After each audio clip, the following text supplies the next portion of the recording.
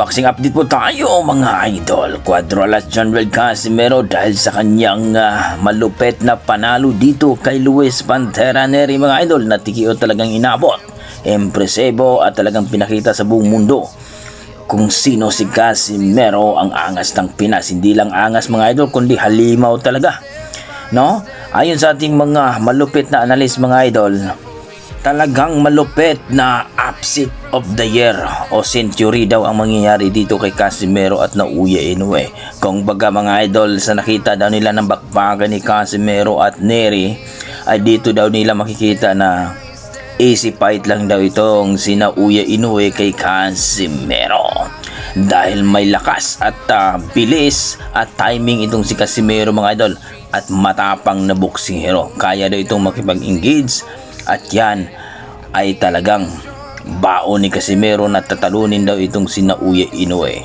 Ayon kay Naoya Inoue mga idol, hindi daw siya takot kay Casimero at lalabanan daw niya ito sa tamang panahon, at naghahanap daw talaga siya ng boksingero na kalibil daw niya. Naboboring na daw itong si Naoya Inoue na lalaban lang daw ito ng walang kwenta, na kung saan mga idol ay minamaliit niya ang mga kalaban niya.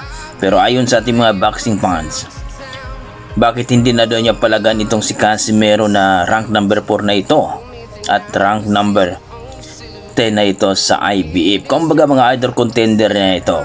So wala nang reason si Naoya Inoue, at nakita naman natin kung gaano kahalimaw itong si Casimero pagdating sa lona. Well mga idol, business kasi yan mga idol.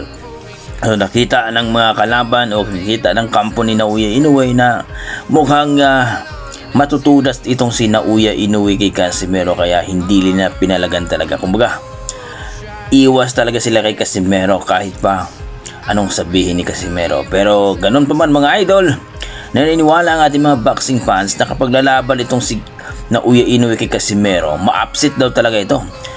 Talagang kung ano ang sinapit ni Luis Pantera Nery ay sasapitin din ni Naoya Inoue kung lalabanan niya si Casimero.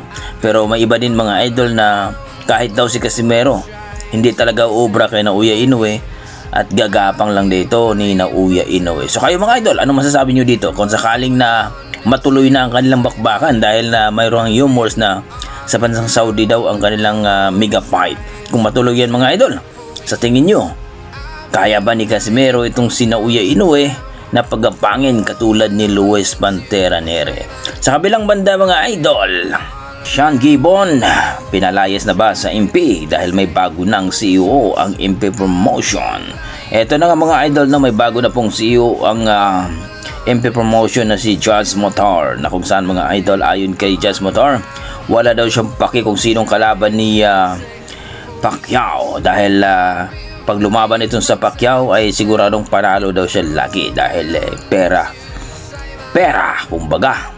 Real talk naman talaga mga idol, kahit si Pacquiao, kaya nga lumaban si Pacquiao dahil sa pera, kaya din siya tinayo nila at naging bagong CEO itong si Jazz Motor dahil sa pera, no? Wala silang pakialam sa mga boksingero. Kaya nga daw, ayon sa ating mga boxing fans, kaya nga lumayas itong si Cuadro-Alas Casimero, kasi walang paki sila sa boxer. Basta lang magkapera ang CEO at ang may-ari ng MP. So